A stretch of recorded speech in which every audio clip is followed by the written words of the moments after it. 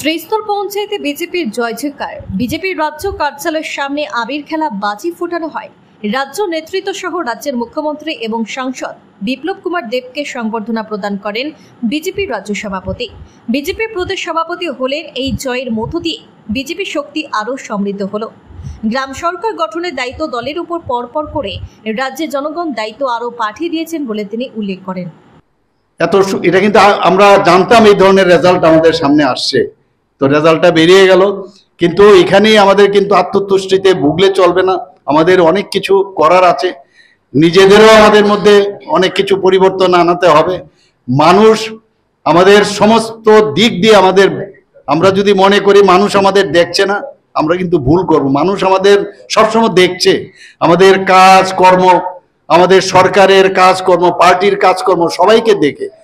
এবং 97% আমরা যদি এই কাজের বিনিময়ে আমাদের বডি ল্যাঙ্গুয়েজের, আমাদের মানুষের কাছে আমাদের যে অ্যাকসেপ্টেন্স, সেই কারণে যদি 97% আসে, আমরা যদি বিভিন্ন প্রকল্পের 100% যে স্যাচুরেশন পয়েন্টের বলি, সেটা 3% আর কেন বাকি থাকে।